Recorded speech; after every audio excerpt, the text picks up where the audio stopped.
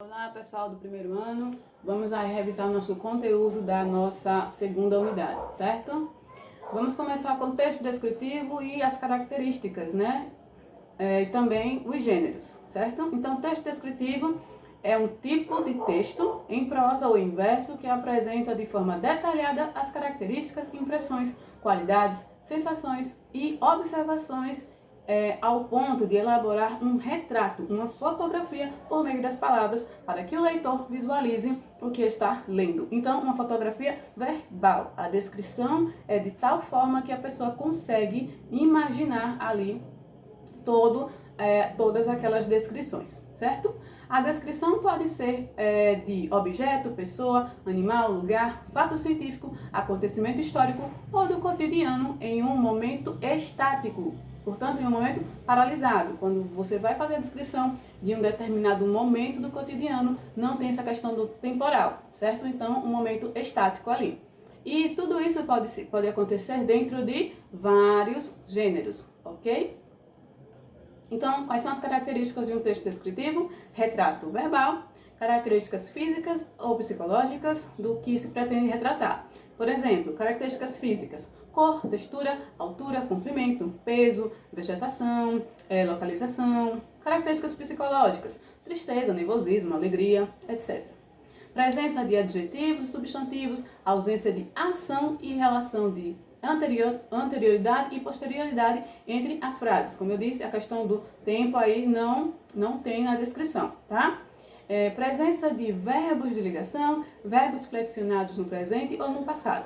Frases nominais, frases enumeradas, descrição objetiva ou subjetiva e figuras de linguagem. Vamos aí às características. Verbos de ligação exprimem transformação, estado, continuidade. Rubião é um cara muito esquisito. Aquela casa era muito gelada. Então, nós temos aí verbos de ligação, né? Quais outros? Ser, estar, permanecer, ficar, continuar, ter, parecer. Ao contrário da narração, a descrição não trabalha com a sucessão temporal. Ela é estática, não esqueça disso. Frases nominais são as que não apresentam verbos. Servem para caracterizar, retratar algo de maneira estática. Daí a ausência de verbos. Você só vai ter mesmo a presença de verbos de ligação. Frases enumerativas são frases que apresentam uma sequência de nomes, geralmente sem a presença de verbos. Gente, é só uma revisão, já passei esse assunto. Se você quiser ver com mais calma, você veja aí na videoaula que eu passei esse assunto, tá bom? Adjetivação é a presença de muitos adjetivos para caracterizar os elementos descritos, transmitindo suas qualidades, condições e estado. Então, tem a presença de muitas adjetivações, tá bom?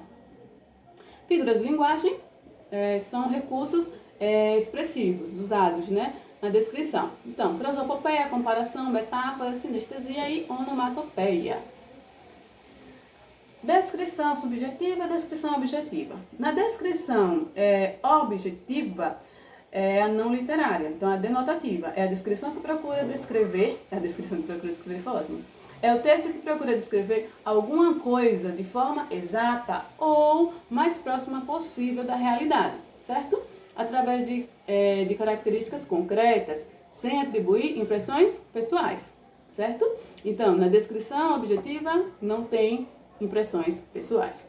Já na subjetiva, ao contrário, é a literária, a conotativa, né? O texto apresenta a descrição de algo, evidenciando as impressões pessoais por parte de quem descreve. Ou seja, é uma descrição com juízo de valor, ok? Então, aqui na subjetiva, descreve com impressões pessoais, na objetiva, descreve sem impressões pessoais. Vamos lá, as figuras de linguagem, começando aí com as sensoriais. Temos aí os sentidos que podemos encontrar dentro de uma descrição. Visuais, auditivos, gustativos, olfativos e táteis. Visuais, aí de acordo, uma descrição que você pode acabar tendo aí uma análise de cores, né, normalmente são cores, né, relacionadas à questão visual, né, dimensões, formas. Auditivas, relacionadas a som, gustativa, ao gosto, ao paladar, olfativa, cheiros e táteis, a questão aí do tato, tá? Do contato. Comparação e metáfora. As duas estabelecem semelhanças de uma coisa em relação a uma outra, tá? Como assim?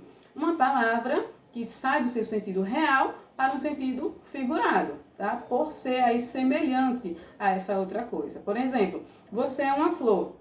Então aqui eu estou estabelecendo uma relação de semelhança. A pessoa é uma flor, então ela deve ser cheirosa, ela deve ser delicada. Então eu estou fazendo uma relação de aí, comparação da pessoa com a flor. Então qual é a diferença se os dois fazem comparação? Na comparação você tem a presença de conectivo. Já na metáfora você não tem, tá? A presença de conectivo. Então esse como aqui, como, tal qual, é como, é semelhante, é similar, é parecido com, tem formato de. Então, na comparação, você pode ter esses nexos, esses conectivos. Já na metáfora, você não tem a presença disso, tá? Então, é sem o nexo, sem o conectivo.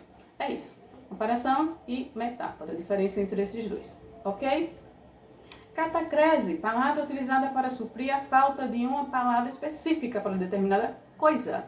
Então, braço da poltrona, nariz do avião. Então, isso aí é catacrese. Prosopopé é a atribuição de características humanas a seres inanimados. Sinto o canto da noite na boca do vento. Então, noite cantando, vento com boca. Então, aí são características humanas a seres inanimados. E onomatopeia, palavras que representam sons, por exemplo, de animais, de coisas, de pessoas, tá bom? Uma observação, os verbos que imitam sons de objetos e animais também são onomatopeias. Tic-taquear, piar, roncar, sussurrar, tá? Cuidado aí com essa observação. Bom, em relação ao texto descritivo. O tipo de texto descritivo possui textos que relatam ou descrevem acontecimentos, lugares e seres, certo? É importante considerar seu contexto, função e finalidade, pois os gêneros textuais descritivos podem conter mais de um tipo de texto. Normalmente, os gêneros textuais descritivos, eles vêm aí com outro tipo de texto, tem mais de um tipo de texto. Observe essa relação aqui, essa lista. Ah, a professora não explicou todos, mas você já tem conhecimento da maioria deles. Você sabe como são esses gêneros, são os gêneros simples, e tem aí noção de que pode aparecer lá na prova. Ah, ele é narrativo e descritivo, esse gênero tem características descritivas, tá? Então é importante que você preste atenção aqui, ó, nesses gêneros, tá bom? Eu falei sobre relatório, falei sobre currículo, certo? Hoje eu vou dar aqui exemplo de outros que estão aqui presentes nessa lista. Vejam só, aqui você tem narrativo e descritivo, relatório, narrativo e descritivo, currículo, notícia, narrativo e descritivo, relato pessoal, narrativo e descritivo, diário, narrativo e descritivo, receita de bolo, injuntivo e descritivo, cardápio, expositivo e descritivo, por aí vai, certo? Então aqui, por exemplo, nós temos um anúncio. Olha só, a venda de uma TV. O que é que nós temos aqui? A exposição, né? Então é expositivo, está expondo aqui o produto. E a descrição do produto. Perceberam? Então nós temos aqui, ó, um gênero expositivo descritivo. Um anúncio aí de um produto, ok? Uma notícia, por exemplo. Aí é bom que vocês peguem a apostila. Para aí o vídeo, rapidinho. Pega a apostila. Deixa eu abrir aqui a atividade. Pega aí a apostila, porque eu já vou lhe dizer aí algumas respostas. Nessa primeira, vejam só, a notícia, ela é narrativa. Ela tem características narrativas, características jornalísticas, certo? Mas você pode ter aí algumas descrições. É um gênero que pode ter algumas características descritivas, ok? Então, aí na atividade na página 18, na página 48, vai até 49 essa atividade. Nessa primeira questão, que tem aí subtítulo, título, layout, título, manchete, corpo da notícia, você coloca 3, 2, 4 e 1. 3, 2, 4 e 1. Essa é a primeira questão. A segunda resposta, D de dado. Terceira, B de bola. Aí a quarta questão é onde tem aí as características narrativas. Por que que a notícia tem características narrativas? Porque diz com quem aconteceu, o que aconteceu, onde, quando. Então, isso são características narrativas, né? quem são os personagens, qual o tempo, o ambiente, por isso que tem características narrativas. Então, o que aconteceu? Aí na quarta questão. Estudante de jornalismo de 20 anos morreu atropelada. Com quem? Laura Caron, né? Estagiária do jornal Diário da Região. Quando? Na manhã desta quinta-feira, 7. Onde? Na rodovia BR-153, em São José do Rio Preto, São Paulo. Como? Foi atingida por uma carreta quando cobria o acidente entre dois caminhões. Por quê? O motorista do caminhão disse que não teve tempo de frear nem desviar da jovem. Ok? Respondi aí até a quarta questão. Professora boazinha respondendo o dever. Tem um outro dever aí embaixo, e aí tem a quinta questão, B de bola, sexta, D de dado, sétima, letra A, oitava já está respondida, acabei deixando a resposta, a nona, letra C, se não me engano, e a 10ª B de bola e a 11ª D de dado. Aí tem aí verdadeiro ou falso, VF, VV. Depois você para o vídeo e vai respondendo aos pouquinhos. Ok? Então, onde é que eu tenho a descrição aqui, professora? Eu disse que é estático, né? Então, ó, Laura Caron, Caron Jacobi, 20 anos, estagiária de jornalismo. Tá? Então, aqui você tem a descrição de quem era ela. E tem a descrição também do lugar onde aconteceu. Ó, rodovia Transbrasiliana. Quase não sai. BR-153, no trecho urbano de São Paulo, de São José do Rio Preto, tá? Então, aí você tem essas duas descrições aí. Você pode ter também um relato de viagem, vocês têm aí também uma atividade, um relato de viagem, certo? É um texto em primeira pessoa, tá?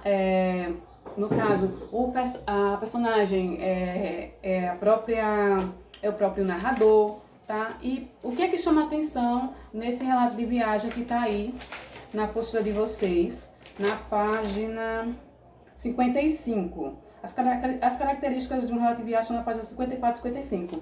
Então, gente, o que chama atenção é que tem aí a descrição de um canivete, né? O personagem fala aqui muito sobre esse canivete, que é muito importante para ele. Canivete suíço é daqueles gordos com dezenas de ganchinhos, serrinhas, lâminas, com caneta, pinça, lupa, tesoura, alicate. Ele ainda veio num estojo de couro, com lápis, pedra de amolar. Então veja que aqui tem bastante características desse canivete, tá? Então você tem aí muitas características descritivas nesse relato de viagem. Mas o que predomina é um texto narrativo. Bom, gente, então em relação a texto descritivo, foi isso. Agora vamos ver texto narrativo e características da crônica e da fábula. Crônica é um gênero textual que oscila entre a literatura e o jornalismo, ok? Finalidade é divertir os leitores e levá-los a uma reflexão sobre comportamentos humanos.